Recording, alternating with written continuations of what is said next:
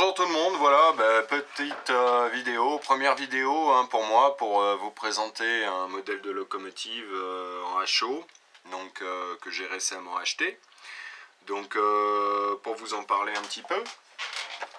Alors c'est une GP7, voici, du New York Central, voilà, de la marque Bachmann. C'est un modèle analogique. Alors sur la boîte, il y a marqué DCC on board. Alors l'appellation peut être un petit peu trompeuse. DCC on board, ça veut dire DCC ready. Ça veut dire que le modèle peut être facilement digitalisé. Voilà. Mais sinon, c'est un modèle purement analogique. Alors, on va procéder au déballage. Donc l'emballage, bon, c'est assez sommaire, voilà. Vite fait. Je l'ai commandé chez Trainword aux USA. Bon, c'était eux qui avaient les meilleurs tarifs, parce que à ce prix-là, ils avaient vraiment un tarif défiant toute concurrence. J'ai payé ce modèle environ 40 €, plus 20 € de frais de port. Avec un autre wagon à côté à 20 €, j'en ai eu pour un peu moins de 100 €. Enfin bon, bref, en France, inutile de dire que ça m'aurait coûté beaucoup plus cher. Voilà. Donc la boîte est un petit peu abîmée légèrement aux angles, je l'ai reçu comme ça, mais bon, c'est pas bien grave, le modèle était neuf. Alors voilà, on procède au déballage. C'est une boîte en carton assez simple. Hop là. Alors on a bien sûr toute la petite paperasse nécessaire, tout ce qui est wear and tie, etc. Voilà, qu'est-ce qu'on a là, important notice, on s'en fout. One year wear and tie, voilà, wear and tie, voilà, ça c'est pour si vous avez des doléances. Là c'est un petit papier qui explique un petit peu comment c'est le mode d'emploi un petit peu de la machine, voilà. Voilà. On a un schéma qui peut être pratique éventuellement si on s'amuse à la démonter et qu'on ne sait plus la remonter. Alors, le modèle en lui-même, voilà, donc dans un étui plastique moulé selon le modèle. Bon, c'est de plus en plus courant, je trouve que ce genre d'emballage est pas trop mal, ça permet de pouvoir avoir la machine en main, bon, sans risquer de la perdre, vous voyez, on peut faire, hop là, tour de magie, on peut faire un peu n'importe quoi avec, ça, elle ne risque rien. Donc on déclipse, on soulève, voilà. Petit conseil, vous prenez la machine soit par le haut, soit par les réservoirs, ici. Évitez de la prendre par les mains montoirs pour éviter de les déformer. Voilà, donc on a la machine sortie de boîte. Alors, qu'est-ce qu'on peut dire sur cette machine? Globalement, c'est un beau modèle, c'est un joli modèle à première vue, voilà, qui reproduit finalement donc un modèle de GP7, qui fut construite par EMD dans les années fin des années 40, début des années 50. Celle-ci est de la compagnie New York Central. Elle est dans une livrée typique de la compagnie qui date des années 50. Voilà, donc une livrée noire à bandeau gris. Voilà, les mains montoirs, les rambards de couleur jaune. Voilà, alors bien sûr le modèle était neuf, il ne m'a pas été livré patiné, c'est moi qui l'ai patiné. Voilà, alors si on regarde plus en détail, bon, c'est ce qui est typique un petit peu chez Bachmann, c'est que ce sont des locomotives très abordables, mais où le souci du détail est mis et relégué en second poste, comme on peut le voir normalement sur ceux qui sont habitués des machines américaines pour le constater, sur les GP9, GP7, GP18. Il y a normalement des petites rambardes d'échelle d'accès à la toiture. Bon, là, elles ne sont pas représentées, que ce soit devant ou derrière. Voilà, elles ne le sont pas. Les essuie-glaces également, bon, ils sont moulés dans la masse. Voilà. Et les ventilateurs de toiture sont eux aussi également moulés dans la masse. Voilà, ils ne sont pas aérés. Voilà. Donc c'est des petits détails qui ne sont pas trop importants. Alors cela dit, ça peut faire un très bon modèle, une très bonne base de super détaillage. Pour ceux qui sont fans de super détaillage de modèles, de retravailler les modèles, de les triturer un petit peu dans tous les sens, de les travailler à la perceuse, à la disqueuse, à ce que vous voulez, ça peut être une très très bonne base. Voilà. Sinon, le modèle en lui-même est assez fidèle.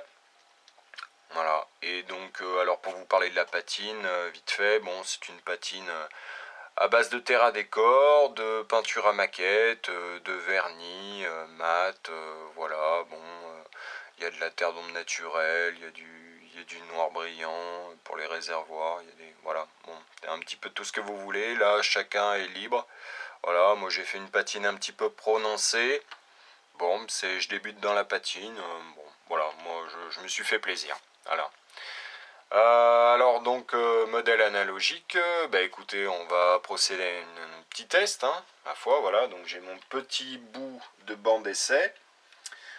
C'est de la voix Jouef, hein, je le précise, donc voix Jouef des années 70, donc c'est de la voix vraiment très basique, hein, équivalente à du code 100 on va dire, avec des aiguillages très sommaires, hein, vraiment, c'était ce qu'on faisait, c'était le top du top, hein, dans les années 70, voilà, bon maintenant ça, heureusement on a évolué, mais pour le banc d'essai, ça peut être quelque chose, une bonne mise à l'épreuve pour la machine en elle-même. Donc on va commencer par un petit test, hein, vous voyez, bon, Transfo Fleshman, hein, vous voyez, assez basique, il a reçu un PET même, il date d'il y a 20 ans, mais bon, ça va très bien. Alors, on démarre. Voilà, petit test sous, là on est à 3 volts, hein, 3 volts, 4 volts, la machine commence à rouler. Voilà, très basse tension, la vitesse est continue, bien soutenue, c'est régulier, ça fonctionne bien, sans souci. Voilà, on va refaire un petit retour pareil à basse vitesse. C'est vraiment très agréable de pouvoir voir un modèle évoluer à des vitesses assez lentes, sans à-coups, sans interruption. Voilà, les prises de courant sont vraiment excellentes, hein, on a affaire à un modèle vraiment bien conçu. Voilà. En même temps, passage sur les aiguillages, bon, vous voyez que ça... En ligne droite, ça passe bien, hein, ça passe bien. Voilà. On va faire évoluer un petit peu la vitesse. Voilà. Un peu plus rapide. Voilà, ça roule parfaitement. Alors je vous dis pas, sur du code 83 ou du code 70, c'est du pur bonheur. Voilà. Alors maintenant on va effectuer... Alors là il y a un petit problème, ça a déraillé, c'est normal. Les aiguillages Jouef, c'est plus ce que c'était.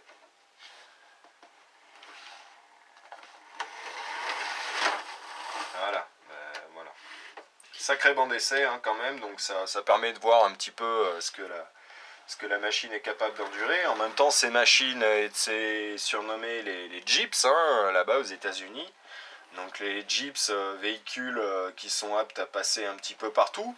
Hein, GP7, GP9, GP, Jeeps, en abrégé, donc allusion aux Jeeps, Jeep Police de l'armée américaine. Voilà, et c'est vrai que le modèle est assez fidèle dans le sens où il passe un peu n'importe où. Alors on va faire un petit test avec prise d'aiguillage déviée. Voilà. Alors volontairement je le fais à vitesse très lente, hein, parce que sinon ça déraille, c'est normal. Là à vitesse très lente, vous voyez que le modèle aborde l'aiguillage sans problème, ça passe. On refait un petit passage dans l'autre sens. C'est très très délicat, voilà, on peut le faire qu'à basse vitesse, hein, mais sinon vitesse plus lente, c'est l'horreur. Je peux vous faire un petit exemple. Allez, on va refaire un passage à vitesse lente pour le plaisir. Voilà, ça passe tout seul. Voilà, super. À vitesse beaucoup plus grande. Voilà, ça déraille. Voilà. Bon bah ça c'est pas grave, c'est pas dû à la loco, c'est les aiguillages. Voilà, mais c'est mon banc d'essai. Voilà.